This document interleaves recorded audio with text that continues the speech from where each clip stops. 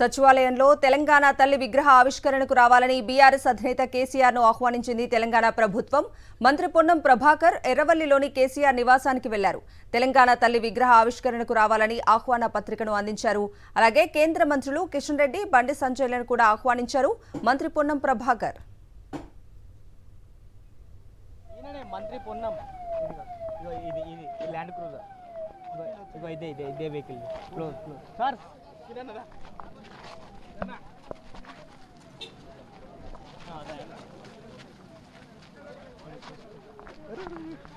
లోపలికి పోతారు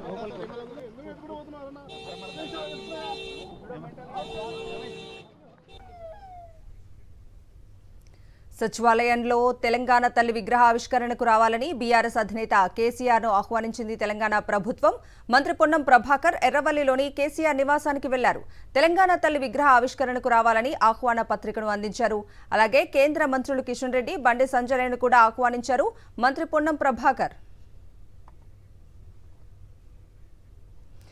ఇక ఇదే అంశానికి సంబంధించి మరిన్ని అప్డేట్స్ అందించడానికి మా ప్రతినిధి దిలీప్ లైవ్ లో జాయిన్ అవుతున్నారు. దిలీప్, చెప్పండి, సచివాలయంలో తెలంగాణ తల్లి విగ్రహ ఆవిష్కరణకు రావాలని బీఆర్ఎస్ అధినేత కేసీఆర్ ను పొన్నం ప్రభాకర్ తెలంగాణ ప్రభుత్వం తరఫున ఆహ్వానించినట్లుగా తెలుస్తుంది. పూర్తి అప్డేట్స్ ఏంటి?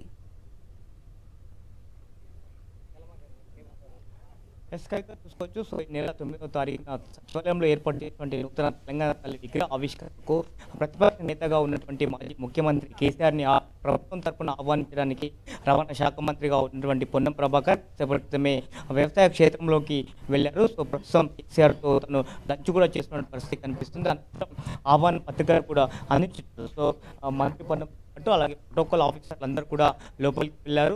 ఇప్పటికే ముఖ్యమంత్రి రేవంత్ రెడ్డి ఈ యొక్క 9వ తేదీన తెలంగాణ తల్లి విగ్రహ ఆవిష్కరణకు మాజీ ముఖ్యమంత్రి ప్రతిపక్ష నేత కేసీఆర్ ని కూడా ఆహ్వానించబోతున్నామని కూడా చెప్పారు. అలాగే బీజేపీ పార్టీకి సంబంధించినటువంటి కేంద్ర మంత్రులను కూడా ఆహ్వానిస్తామని చెప్పారు. సో ఈ మేరకు పొన్నం ప్రభాకర్ ప్రభుత్వం తరఫున అధికారికంగా మాజీ ముఖ్యమంత్రి ప్రతిపక్ష నేత కేసీఆర్ కు ఈ నెల 9వ తారీఖున తెలంగాణ తల్లి విగ్రహ ఆవిష్కరణకు రావాలంటూ కూడా ఆహ్వాన పత్రికను అందించడానికి ఎర్రవల్లి కేసీఆర్ వ్యవసాయ క్షేత్రానికి చేరుకున్నారని చెప్పుకోవచ్చు. అలాగే ఈ యొక్క కార్యక్రమానికి ముఖ్య అతిథిగా గవర్నర్ కి కూడా ఆహ్వాన పత్రికలు అందించారు. అలాగే కేంద్ర మంత్రిగా ఉన్నటువంటి కిషన్ రెడ్డి కూడా ఆహ్వాన పత్రికలు అందించారు. అలాగే బండి సంజయ్ కి, అలాగే ఎంపీగా ఉన్నటువంటి ఓవైసీ కూడా ఈ యొక్క ఆహ్వాన పత్రికలను ఈ రోజు మంత్రి పొన్నం ప్రభాకర్ అందించారు.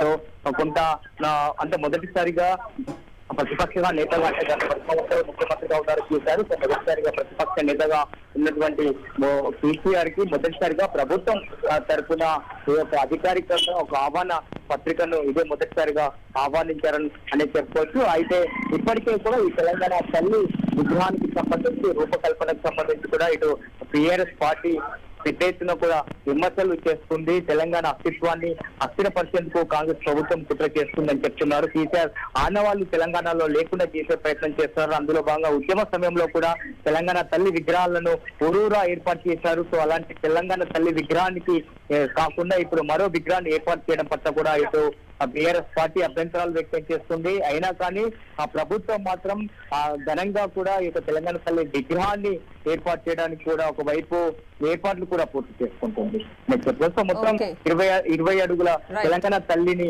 విగ్రహాన్ని ఈ నెల 9వ తేదీన సచివాలయంలో ఆవిష్కరించబోతున్నారు. సో ఈ యొక్క కార్యక్రమానికి ఇటు ప్రతిపక్ష నేతగా ఉన్నటువంటి కేసీఆర్ ని కూడా ప్రభుత్వం తరఫున పొన్నం ప్రభాకర్ ఆహ్వానించబోతున్నారు. మరి పదే ప్రభుత్వం పైన ఆరోపణలు చేస్తున్నటువంటి బీఆర్ఎస్ పార్టీ మరి ఈ యొక్క కార్యక్రమానికి కేసీఆర్ హాజరవుతారా లేదా అనేటువంటిది మాత్రం చూడాలి. Okay Dilip, thank you.